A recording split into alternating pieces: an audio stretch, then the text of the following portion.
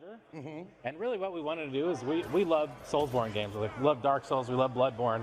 And we really wanted to take that genre and move it in a slightly different direction. So right off the bat, it's got guns. So it's, you do have melee weapons in the game. You can get swords and axes and stuff like that.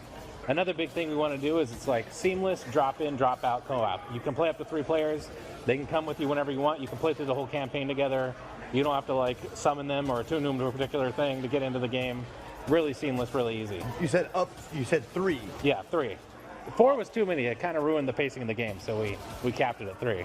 I like that. I like that you tried all the options first. I'm glad you said that right out the gate, because it'd be hard to not compare it to games that came before it, like the Soulsborne games. And that is one of the first things that was said with my group of friends was, this looks like a Souls game, but with guns. And I'm glad you're kind of leaning in on that, because those are great games, and this looks like a great game. Yeah. Sorry, a question right off that is, Soulsborne were used to melee weapons, adding guns. How did you keep that Soulsborne feel? I think for us it has a lot to do with the pacing in the game, right? Like, you're not going in and just shooting everything willy-nilly. It's not a run and gun game. It's definitely more deliberate. You have to pay attention. You got to learn enemy behaviors. You got to pay attention to the environment. And I think that's what really made the Soulsborne games great, is that you really had to think about what you were doing, and there was an earnest challenge there to compete to mastering the game, and we wanted to give that same feeling but with guns. Now, when we're talking backstage about, there's something special about the level design of the game. Can you go into that a little bit? Yeah, so one of the really cool things about the game is that it's all dynamically generated. So all the individual content's handcrafted, like the boss fights, the quests, the NPCs, but our system stitches it all together for you. So if you played the game, you might fight a dragon or meet a crazy old dude in a helicopter. You might play the game and talk to a weird sentient tree and then fight a giant tree ant. And you would come to work the next day and go, hey, did you play Remnant? You're like, yeah, I did this and this and this. You're like, wow, I did none of that. I actually did this and this and this. And that's a really cool part of the game, because A, it makes you want to play the game again. Yeah. And B, you can actually jump into your friends' worlds to see the content in their world and get different parts of the game. Yeah, that's really cool, because I watch a lot of speedrunners and that kind of thing. And one of the things that are akin to do is called randomization. They do randomizers and stuff like that. But this game does it for you.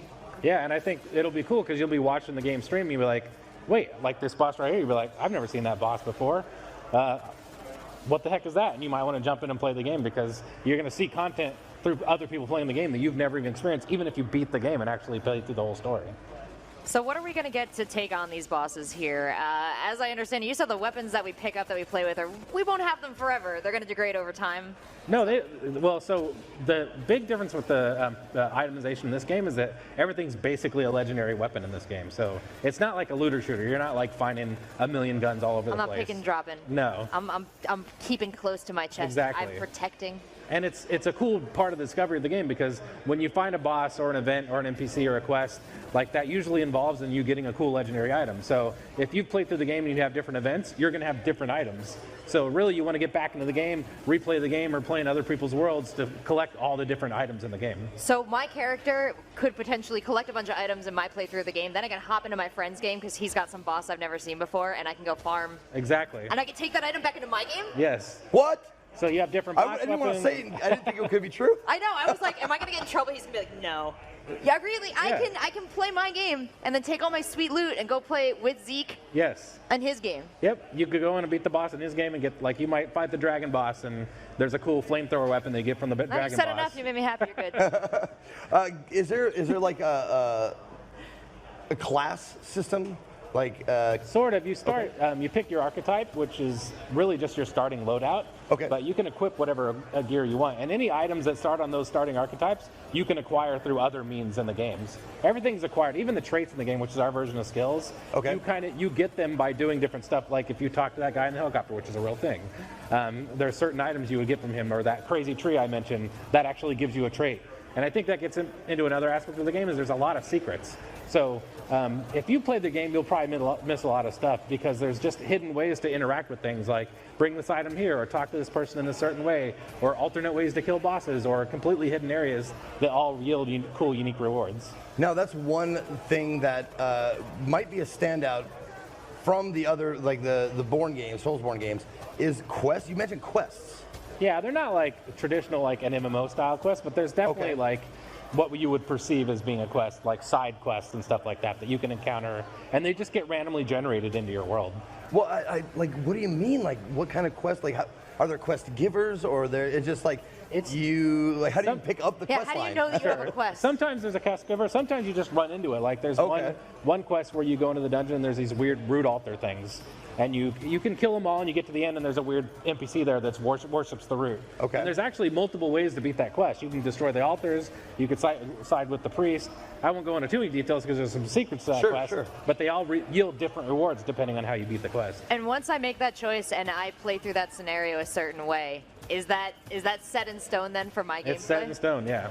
Excellent. So you would have to play the game again or jump into someone else's world who hopefully has the same event to complete a different way to get the alternate reward. That's so interesting. Every person you watch on Twitch is going to be playing a different game when they play this game. And every time they play it, Yeah. from beginning to end, it's going to be different. You mentioned helicopters, which makes me go, and I see buildings and stuff, which makes me ask, like, because all the other games were in fantasy worlds that were made up. Where does this game take place? So you start on Earth, and the setting is sort of like the world ended in 1968. There was some cataclysmic event, and these weird root creatures attacked Earth. So you're kind of on a quest to figure out what happened and try to reverse it. It's been a long time. It's been like 80 years since it happened. But you very 80? quickly, 80 years, Okay. yeah. He So the looks world's great for being the world's 80 years done. past the Well, you've been born into this world. Although maybe you are pretty old, but Debated. Go it ahead. worked. But we called it like Fantasy Stargate. Like you go through this red crystal thing and you go to all these crazy worlds. There's a world called Yeisha, which is this lush jungle world with these weird fawn type creatures. There's another world that's a little more sci-fi. Okay. So there's a lot of variety. We love variety in our games. We don't want to just be fighting the same things over and over and looking at the same things over and over again. So. I like how you refer to some stuff in the game like a gamer. It's like this red crystal thing. You go to this red crystal thing and you get. I'm sure someone was like painstaking, like making up a name for this like little portal thing. It's like it's a red crystal thing, right? Okay, so you go through that. Well, that's a dirty secret. When you work on a game, you actually often don't know the official names of things because you know the code name for it. Working titles. But you don't actually know what it's officially named. So I don't even know what the red crystal. I think it's a dragon crystal. I don't even know what it's called. Well, on the topic of, we talked about a couple different type of gamers when we were hanging out before. There's the gamers like Zeke who want to kind of learn the story of the world as they play through. Yeah. And then there's me who mashes A through dialogue to get right back into the cutscene. Are we both going to enjoy this game? Oh yeah, absolutely. I think that you could play the game and completely ignore the story, right? It's a bunch of cool action, cool secrets. Not that I will. I respect your writers, but Or You don't get I like You don't to gotta fight. lie. I like to Okay. fight. or there's a lot of lore there, but you really have to seek the lore out, right? Like through the secrets, there's like journals in the world. There's these old computers you can find information on. You can talk to NPCs. You can pick alternate dialogue options. So the lore is there if you want it and you seek it out.